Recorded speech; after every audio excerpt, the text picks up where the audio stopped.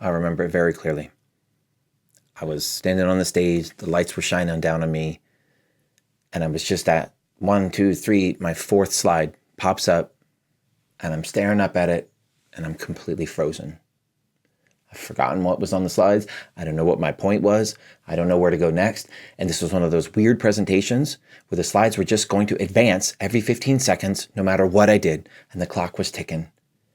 And it was the only time in my entire career where my mother was in the audience.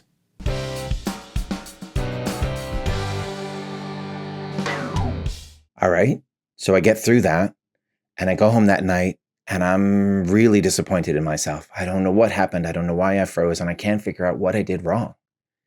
So I go to the conference the next day. And it's again one of those weird conferences where I have two presentations in the same conference. The one yesterday that I totally messed up.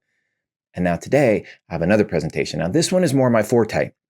I'm going to be talking about games and game design and all the work that I do. So it's not going to have this weird timer with 15 seconds on it. I do my presentation just fine. I nailed it. All those thoughts and anxieties in my head are kind of pushed to the back. And then I do the Q&A. And up pops Captain Gritton wearing his Navy uniform, very formal. I knew exactly who he was. Yes, Captain. Curtis, I have heard you talk about games a lot. And I'm wondering, how come you never talk about stories?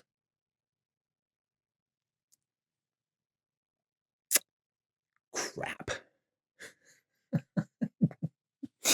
I had almost no answer for Captain Gritton, and I'm thinking about the day before, and I'm thinking about this moment, and I mumbled something like, I'm not sure that stories are required for games. I mean, great games have them. Also, some great games don't.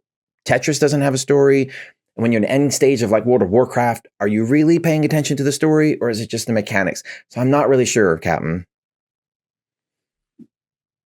And he sat down. Now, I dodged a bullet at that moment because he's not trying to call me out. He is also trying to call me out and ask me, how come I never talk about this? Now I went home again. And now that's 2 times in a row where I feel like a complete failure. 1, where I completely halted on the stage. And 2, where I get called out to answer a very basic question and I don't have it. So at that point, I'm really upset with myself.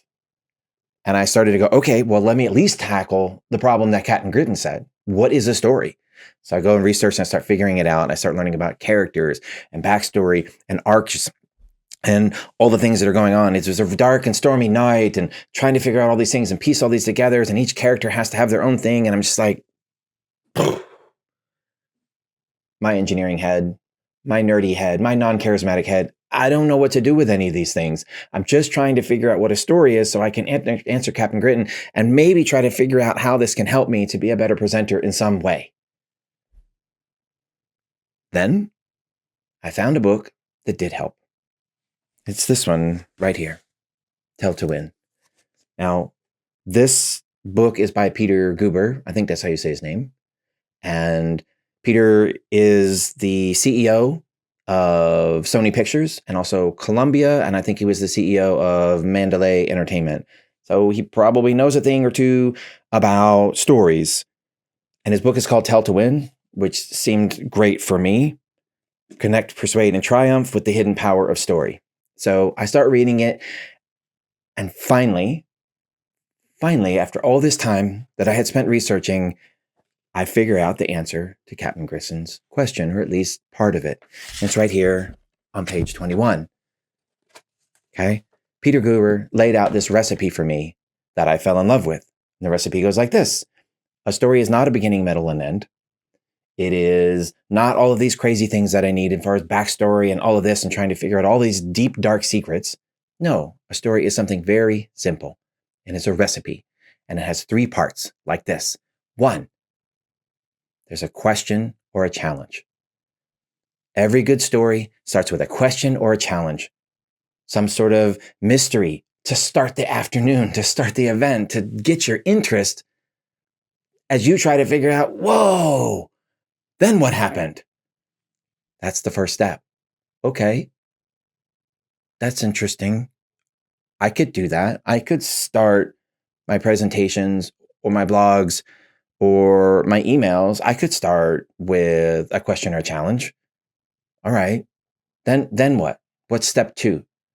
Well, step 2 is not the middle. This is me trying to unlearn everything I had learned in elementary school. It's not beginning, middle, end.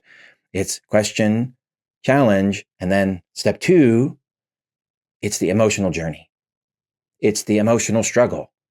It's all the obstacles that we overcome on the journey, on the process toward working forward to overcome and answer this question, to look inside the mystery box, to figure out what's on the lost island. What are all those people trying to find? Why is there a hatch going down underground? Every game, every movie, every book, you can see it. I could see it, and I started to make sense of it. Okay, if I can start with a question or a challenge, okay, then I just walk through an emotional journey and a struggle. What's the third thing? The third thing is very simple. And also, it's hard for me. The third thing is that you need a galvanizing conclusion or a galvanizing resolution. And then there's this extra part, preferably with a twist. Now, I didn't know what the word galvanizing meant, so I had to look that up. It means to cause action, to motivate action.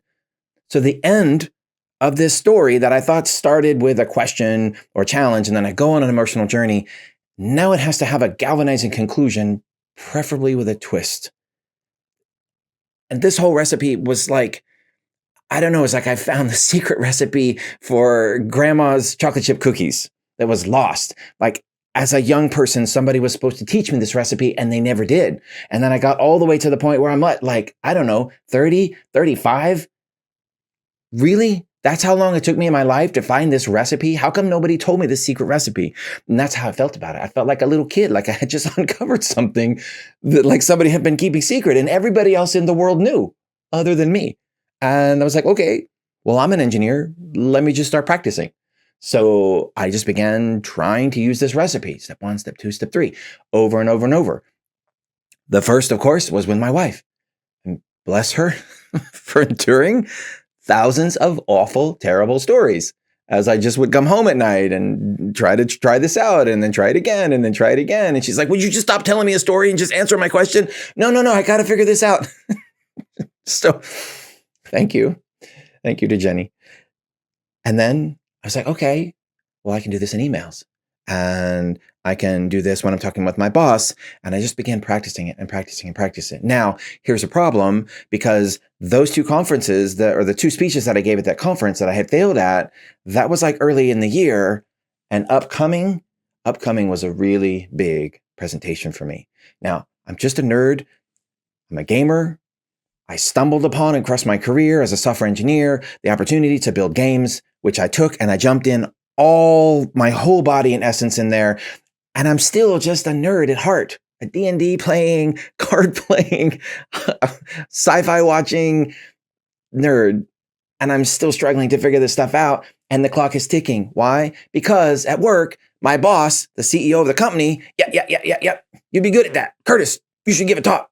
That's how he talked. He was a Navy pilot, ex-Navy pilot, had the nickname Elmer. Why? Because he looked and sounded like Elmer Fudd. And I could tell you a story about that. That's another story for another time. What is important here is that, Elmer pushed me to speak at conferences as often as I could. It was important to him and the business and what we were doing. And so upcoming was a big conference that was in December. The conference is called IITSEC. It's the largest modeling and simulation conference in the world, and it still exists. They get over like 20,000 attendees, at least the last time I went. And I had presented and published and written a paper that had taken me years to get through. I invented a new concept. I explored the topic of why do games work? Why do they work at all? And after a whole bunch of research and everything that I'm trying to do, and I'm trying to combine the idea of using serious games, which is non-entertainment games, entertainment games, using the concept of entertainment for the purposes of education. And so that's kind of the fundamental premise of serious games. And that was something I was quite good at. And so I did some research and I figured out, hey, there's a connection between games and learning. What is it? Interesting. Okay. and I wrote a paper about it called Why Games Work, the Science of Learning. Now, this paper now, fast forward in time, has been quite successful. At the time, it was still new, and I was just researching it, and I was getting ready to take that paper and present it at this very large conference called IDSIC. So now we fast forward to December, and I have continued to practice my stories, and I'm so incredibly nervous. And I get there in the morning, and I brought donuts. I brought 3 dozen donuts because I thought, hey, that'll be fun. We'll start the event off with a bunch of donuts. And I arrive at the venue only to realize that the venue can seat like 500 people or more. I don't even know. It was the largest venue I had ever seen, and people were pouring in, and it was completely full. It's 8 o'clock in the morning. It's the very first presentation of the entire conference. And I don't even know where these people came from. Every seat was full. Forget the donuts. There's 3 dozen donuts for like 500 people. They are lined up along the wall, outside the door looking in, and it's me. Okay, here we go. I've been practicing. Let's give it a go. So I started my presentation. I'm on a roll, working through my stories. All right, it's going okay. And then all of a sudden,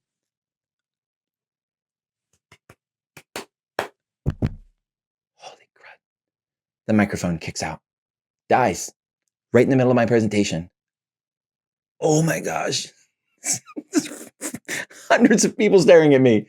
Okay. Here we go. Can you hear me in the back? We are going. And I just tried to do the best I could. Now I'm shouting. It's very distracting to me. I'm sure it's distracting to them, and I'm sure not everybody can hear me quite well.